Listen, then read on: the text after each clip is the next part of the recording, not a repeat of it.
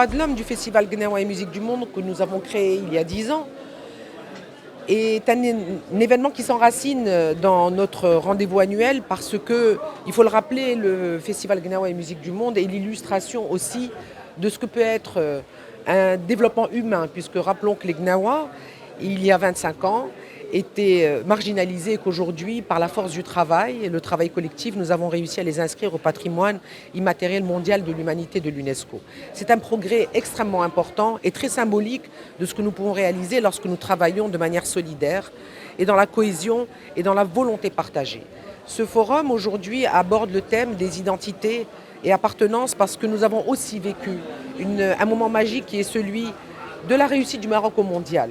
Nous avons tous été interpellés parce que notre équipe nationale a pu réaliser comment elle a pu galvaniser les Marocains du Maroc et de partout à travers le monde, mais aussi beaucoup de pays. C'est un succès que nous avons voulu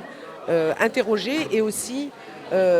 inviter l'ensemble des intervenants et des participants, qu'ils soient intellectuels, qu'ils soient artistes, qu'ils soient chercheurs, philosophes, pour voir comment ensemble on peut encore aller plus loin dans ce que nous réalisons ici à Essaouira, à savoir fédérer des gens du monde entier, des talents du monde entier,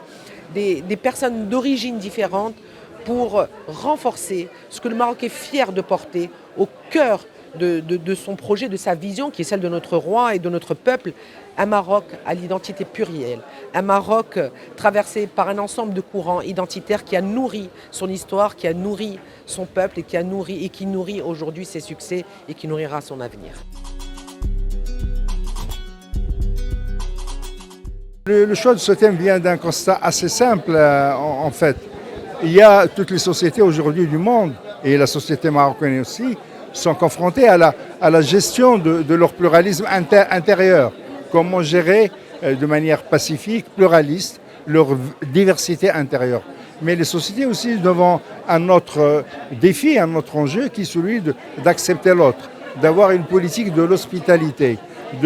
puisque nous le constatons au Maroc, mais c'est un phénomène universel, toutes les sociétés sont des sociétés de réception, de transit et aussi d'émigration. Le Maroc est à la fois tout ça, mais ce n'est pas le seul pays dans ce cas. Et donc, nous devons réfléchir à gérer notre diversité, notre pluralisme interne et en même temps accepter l'autre.